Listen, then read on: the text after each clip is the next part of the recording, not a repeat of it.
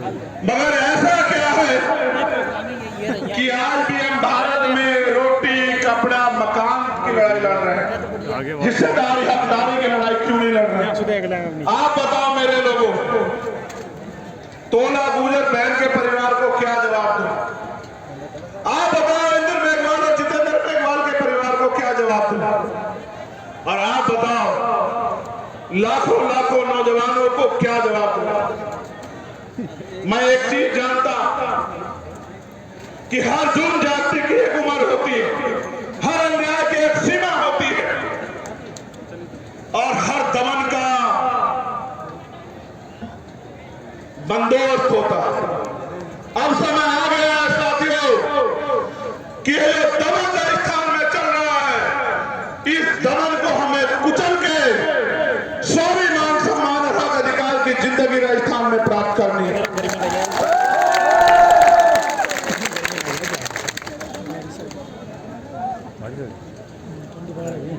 आज राजस्थान में political tourism भी चल रहा है।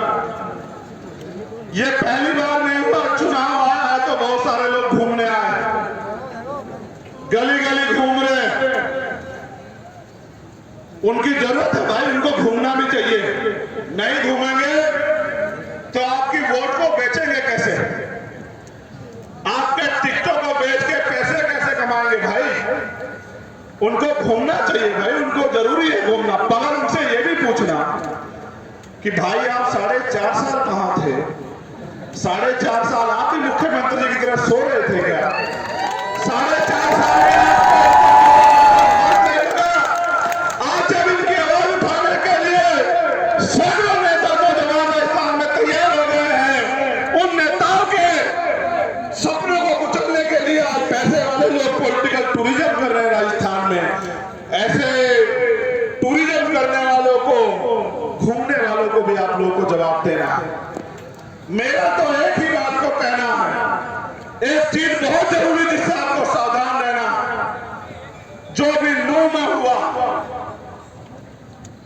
जो करने का प्रयास बरेली में किया गया, यहां जिनकी सरकार है उनसे हमें सत्ता छीनी है, लेकिन इसके बाद 2024 में सेंटर में भी जो भाजपा की सरकार है उनसे भी हमें सत्ता छीननी, इस बात की भी तैयारी है। इस बात से भी सावधान रहना है कि नूह में जिस तरह से प्रायोजित हिंसा कराई गई, मैं धन्यवाद देता हूं प्रभाकर चौधरी जी को, एक ऐसा आईपीएस जिसने सरकार के आगे घुटने नहीं टिके और जो लोग दंगा कराना चाहते थे बरेली में, उनको जवाब देने का काम किया, उनको भगाने का काम किया और एक ईमानदार अधिकारी को खामियाजा ये चुकाना पड़ा कि उनको हटा के वहां से उनका डिमोशन करके पीएससी में लगा दिया गया। सरकारें बदलेंगी। नूह की जो हिंसा हुई वो हिंसा प्रायोजित है और इसलिए प्रायोजित है कि किसी तरह से वोटों का डिवीजन हो जाए, बंटवारा हो जाए। नूह की जो हिंसा है वो हिंसा इसलिए है क्योंकि कुछ पार्टियों की दुकानदारी यहां हिंदू मुसलमान की राजनीति करके कामयाब होती है। लेकिन मैं आपसे पूछना चाहता हूं कि हमारे महापुरुषों ने हमें जोड़ना सिखाया या तोड़ना सिखाया? आप बताओ मेरे लोगों, तो क्या किसी बंटवारे से हमारी राजनीति कामयाब हो जाएगी? इस सारे बंटवारे और हिंदू मुसलमान के दंगे के चक्कर में हमारे अपने मुद्दे दब जाते हैं। मैं गुजर समाज के हमारे नेता बैठे हैं, मैं उनको पूछना चाहता हूं, क्या 72-74 गुजर समाज के वीरों का बलिदान भूल गए हो क्या? जिनको भारतीय जनता पार्टी की सरकार में गोलियों से उड़ाया गया, आपके खून से होली खेली गई। क्या हरियाणा में जाट समाज के लोग आपके खून से जो होली खेली गई उसको भूल गए हो क्या?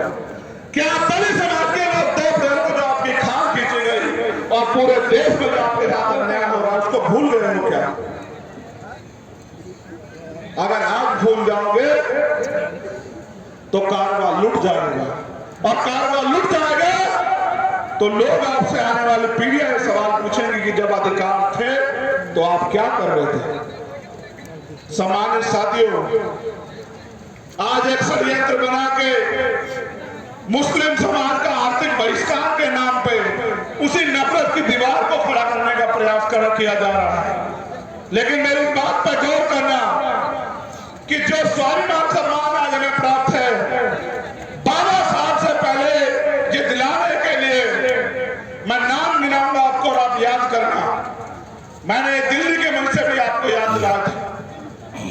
राष्ट्रपिता ज्योतिबा फूले, छत्रपति साहू जी महाराज, पेरियर रामास्वामी नायकर, पेरियर यादव, बाबू जगदेव प्रसाद कुशवाहा, जननायक कर्पूरी ठाकुर, बाबू सीधराज चौरसिया, संग्राम भी प्रजापति जी, चौधरी कुंभाराम आर्य, सर छोटू राम, चौधरी चरण सिंह, ये सब पिछड़े वर्ग के लोग हैं, आपके अपने परिवार के लोग हैं।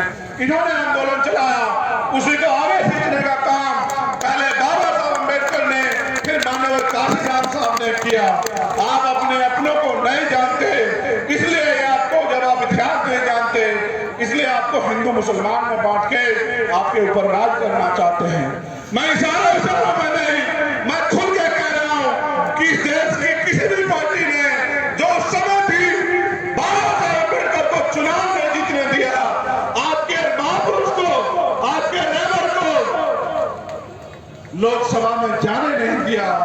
अगर ना होते मुसलमान और ना वो खुलना से बाबा साहब अम्बेडकर को जिता के कॉन्स्टिट्यूशन असेंबली में भेजते, तो बाबा साहब अम्बेडकर संविधान नहीं लिख पाते। मेरे लोगों, इसलिए मैं आपको बताना चाहता हूं कि आपको मदद किसकी करनी है, आपको हाथ किसका पकड़ना है।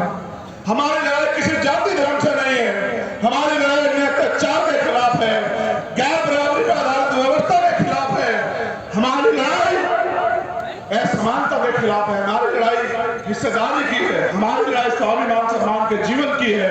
और अगर कोई मनवादी विचारधारा को, गैर बराबरी की विचारधारा को पालने पोषने का काम करेगा, तो वो हमारा अपना कभी नहीं हो सकता। इस बात को आपको याद रखना। सम्मानित साथियों, एक बार मैं आया था गोली लगने के बाद भरतपुर, और आज आया हूं राजस्थान। मेरे जैसे हजारों लोग के खून बहेंगे। आजादी मांगने से नहीं मिलती है, आजादी की कीमत चुकानी पड़ती है। सरदार मनोज सिंह धोनी यहां बैठे हैं, हमारे राष्ट्रीय सचिव सोमनाथ प्रजापति जी यहां बैठे हैं। इतिहास गवाह है, मांगने सिर्फ भीख मिलती है, अधिकार और आजादी छीननी पड़ती है, और छीनने के लिए बल की जरूरत होती है। और साहब काशीराम जी ने कहा, जिनका दल नहीं होता उनका बल नहीं होता, और जिनके पास बल नहीं होता उनकी समस्याओं का हल नहीं होता। मैं अपनी बहनों से पूछना चाहता हूं, मां से पूछना चाहता हूं, अगर अमीर इस देश में गरीबों के जैसी होते तो आप बताओ कोई गरीब रहता क्या? आप जानते नहीं राजस्थान का हाल, ना पीने को साफ पानी, ना रोजगार, चारों तरफ से महंगाई की मार, जुल्म जाति अत्याचार। एनसीआरबी का आंकड़ा देखो, डाटा देखो तो रूह कांप जाती है। क्या क्या नहीं साहब पिछले 5 साल में।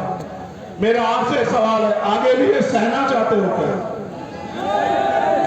आपने सबको अवसर दिया, सबको ताकत देकर भेजी। हर्षाधिपति वाल्मीकि को किसने पीटा? वो विधायक कौन सी पार्टी का था बताओ मेरे साथियों? वो विधायक कौन सी पार्टी का था बताओ मेरे साथियों? कौन सी पार्टी का? नहीं, जोर से बताओ। बहुजन मीडिया के साथियों को पता लगना चाहिए कौन सी पार्टी का था, किसकी वोट से बना। आपकी वोट लेके आपको पीटने वाले लोगों को दोबारा से मौका दोगे क्या भाई? आप जानते नहीं कि वो आपकी वोट लेके किसका इलाज करेंगे? आपका, आपको नुकसान पहुंचाएंगे, आपकी सच्ची लड़ाई लड़ने वालों को नुकसान पहुंचाएंगे। आपको यह तय करना पड़ेगा कि आपका अपना दल आजाद समाज पार्टी, उसका चुनाव निशान क्या है? जरा जोर से बताओ, नहीं और जोर से बताओ।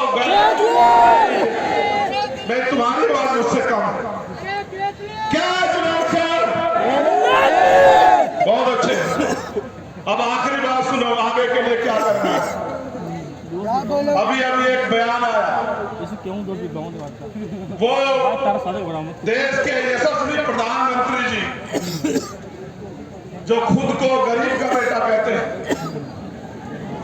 जो 10 करोड़ का सूट पहनते हैं, वो प्रधानमंत्री जी जो चुनाव के समय कहते हैं मैं पिछड़ी मां का बेटा, और चुनाव के बाद जो पिछड़े समाज के हक अधिकार को लुटवाने का काम करते हैं, वही प्रधानमंत्री के आर्थिक सलाहकार जो है विवेक ओबराय, आजादी के दिन के समय उनका यह बयान आना, मेरी बात पे गौर करना कि भारत के संविधान को बदलने की जरूरत है। यह संविधान पुराना हो गया, यह सिर्फ